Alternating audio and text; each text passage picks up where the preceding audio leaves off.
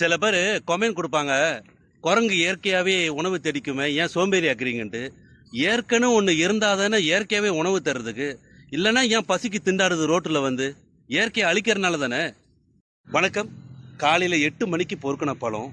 இந்த இயற்கை கருணுன்ட்ட மரத்துக்கிட்ட சொல்லிட்டு போனேன், டேய் உன்னை நம்பி தானடா அந்த குரங்கு சாப்பாடு போட போகிறேன், என்கிட்ட கையில் காசு இல்லை, சில கர்ப்பமான குரங்குலாம் பசியாக இருக்கும், உனக்காக சாப்பாடு போடணும் அப்படின்னு.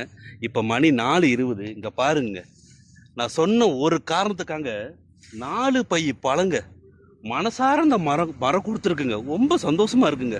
இது சாப்பிட்ட அந்த குரங்குங்கெல்லாம் வயிறார சாப்பிடுங்க. கர்ப்பமான குரங்குங்கெல்லாம் வயிறார சாப்பிடும் இந்த பழத்தெல்லாம் சாப்பிட்டுச்சுன்னா. இந்த மாதிரி கொட்டை மாங்காய் தான் நான் போடுவேன். இது வந்து சுலபமாக முளையக்கூடிய பழங்கள், சரிங்களா? இது குரங்கு சாப்பிட்டுச்சுன்னா கண்டிப்பாக இது வந்து எங்கெங்கே வீசப்படுதோ அங்கங்கே ஒரு மரமாக முளையும். அது உணவை அதுவே தேடிக்கும். காட்டிலேருந்து வெளியே வந்து அடிபட்டு இறக்காது. அதனால் இந்த ஒரு எக்கோ சிஸ்டமாக தான் உருவாக்க தான் இந்த ரோட்டில் கொட்டி கிடக்கிற பழங்களை எடுத்து போய் இந்த குரங்கு சாப்பாடு போட்டுட்ருக்கு. இங்கே பாருங்கள் எவ்வளோ அழகாக அந்த குரங்குங்கெல்லாம் சாப்பிடுது பார்த்தீங்களா? அந்த மரத்தில் கொட்டி கிடந்த பழத்தை இப்படி தான் வந்து போடுவேன். இந்த மாதிரி ஒரு 20 வருஷமாக அந்த மரத்தில் கொட்டி கிடக்கிற பழங்களை தான் எடுத்து வந்து போட்டுக்கிட்டு இருக்கேன் நான்.